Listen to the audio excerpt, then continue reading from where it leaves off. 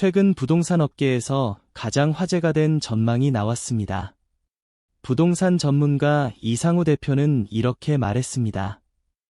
2026년 하반기 부동산 시장을 결정하는 가장 중요한 변수는 금리도 아니고 세금도 아니다. 결국 주식시장에서 번 돈이 부동산으로 이동하느냐가 핵심이다.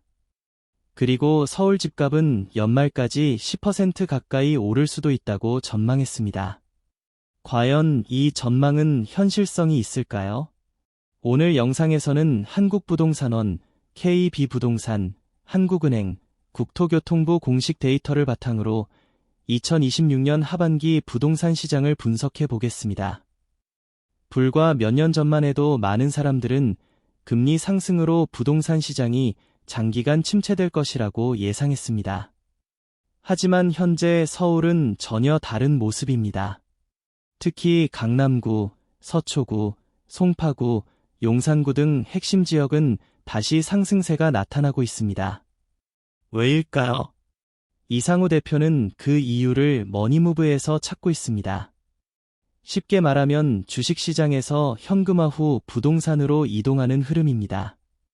2025년부터 AI 산업이 폭발적으로 성장하면서 삼성전자, SK하이닉스, 그리고 미국의 엔비디아가 큰 폭으로 상승했습니다. 이 과정에서 상당수 투자자들이 큰 수익을 거두었습니다. 이 자금이 다시 부동산으로 이동할 가능성이 있다는 것이죠.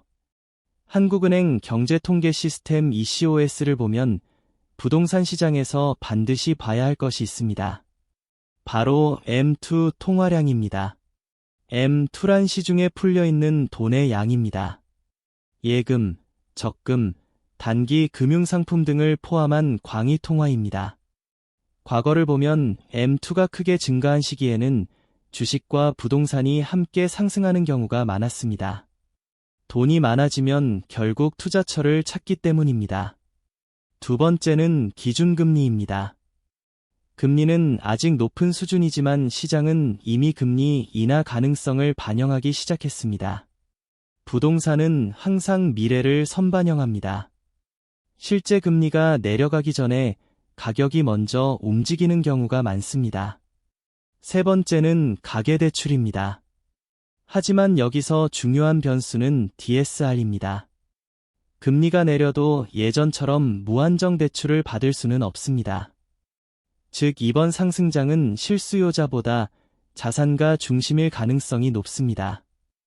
한국부동산원 자료를 보면 서울시장은 이미 양극화가 시작됐습니다. 강남 3구, 용산, 성동, 마포 등은 상승세가 나타나고 있습니다. 반면 일부 외곽 지역은 상대적으로 약합니다. 과거에는 서울 전체가 함께 움직였다면 현재는 될 곳만 되는 시장으로 바뀌고 있습니다. 특히 강남 3구는 대한민국에서 가장 강력한 수요를 가진 지역입니다. 좋은 학군, 직장 접근성, 희소성 모두 갖추고 있습니다. 한국부동산원 가격지수를 보면 핵심 지역의 회복 속도가 확실히 빠릅니다. 이 때문에 전문가들은 2026년 하반기 상승이 온다면 서울 전역이 아니라 핵심 지역 중심으로 나타날 가능성이 높다고 말합니다. 하지만 시장이 무조건 상승한다고 보기는 어렵습니다. KB부동산 데이터에서 매수 우위 지수를 살펴보겠습니다. 매수 우위 지수는 집을 사려는 사람이 많은지 팔려는 사람이 많은지를 보여줍니다. 지수가 높으면 상승 가능성이 높고 낮으면 관망세가 강하다는 뜻입니다. 현재 시장은 과거 2020년에서 2021년 폭등기만큼 뜨겁지는 않습니다. 즉 상승은 가능하지만 폭등 가능성은 상대적으로 낮다는 의미입니다. 또 하나 중요한 것이 전세 수급 지수입니다.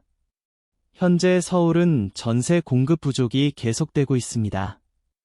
전세 가격 상승은 장기적으로 매매 가격 상승으로 연결되는 경우가 많습니다.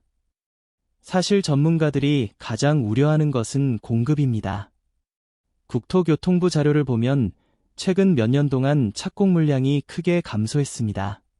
착공 감소, 인허가 감소, 입주 감소, 공급 부족이라는 구조가 만들어지고 있습니다.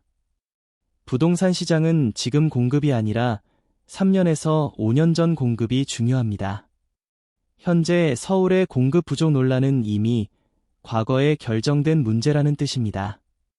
그래서 많은 전문가들이 2026년부터 2028년까지 서울의 공급 부족이 이어질 수 있다고 전망하고 있습니다.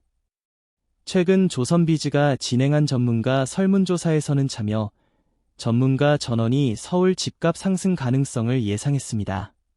주요 이유는 첫째 공급 부족, 둘째 정비사업 활성화, 셋째 서울 집중 현상이었습니다. 주택산업연구원 역시 서울은 약 4% 수준 상승, 수도권은 2에서 3% 상승, 지방은 보합 또는 소폭 상승 전망을 내놓았습니다. 즉 전문가들의 공통된 의견은 서울은 강하다입니다. 다만 전국이 오를 것이라고 말하는 전문가는 거의 없습니다. 지금까지 데이터를 종합해보면 2026년 하반기 부동산 시장의 핵심은 세 가지입니다. 첫째, 주식시장 수익이 부동산으로 이동하는가. 둘째, 서울 공급 부족이 현실화되는가. 셋째, DSR 규제가 얼마나 강하게 유지되는가. 현재 가장 가능성이 높은 시나리오는 서울 핵심지 상승, 수도권 선별 상승, 지방 양극화 지속입니다. 그래서 저는 전국 폭등장보다는 서울 핵심 지역 중심의 상승장 가능성이 더 높다고 보고 있습니다. 여러분은 어떻게 생각하십니까? 강남, 용산, 목동, 압구정, 광명, 그리고 여러분이 살고 있는 지역은 2026년 하반기에 어떤 모습을 보일까요? 댓글로 의견을 남겨주세요. 좋아요와 구독은 다음 영상 제작에 큰 힘이 됩니다. 감사합니다.